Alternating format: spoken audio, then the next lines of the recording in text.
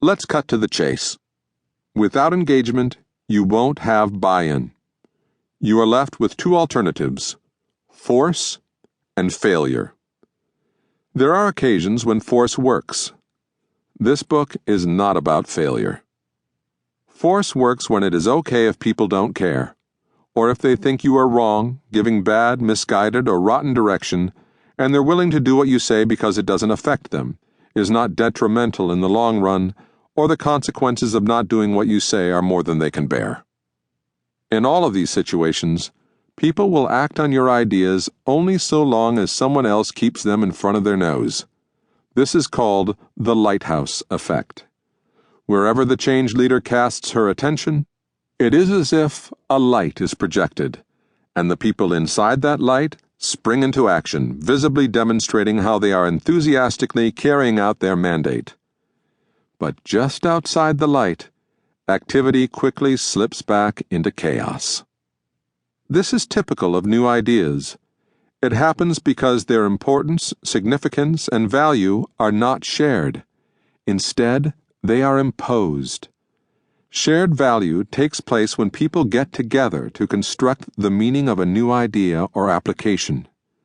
Imposed value happens when one person or one group sends an idea out, as if all that is required is that others understand their intentions. This does not work for two reasons.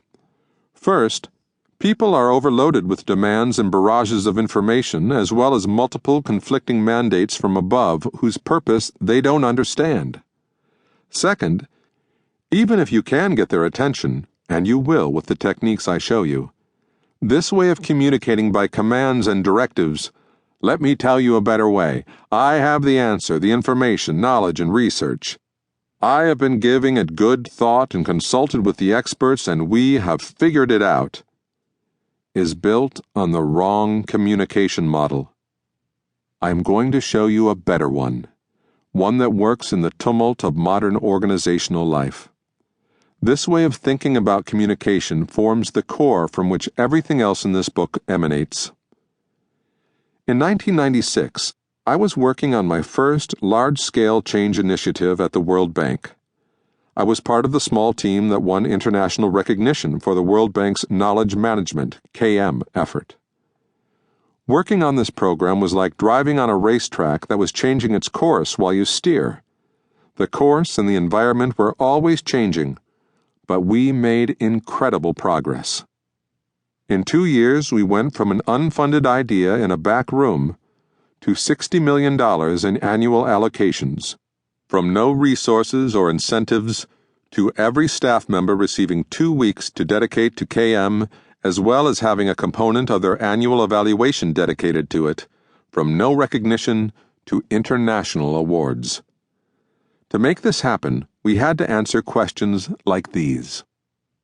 How do you penetrate the conflicting demands and mental clutter that are part of everyday business life in the 21st century? How do you penetrate the assorted messages the media constantly bombard everyone with? After you've gotten through this confusion, how do you get people's attention? Once you have their attention, what do you do with it to get people engaged, involved, and contributing? How do you coordinate this activity when you have no formal authority? To answer these questions, let's first look at the prevailing misunderstanding of how communication works, and then I will show you a much better way to think about it.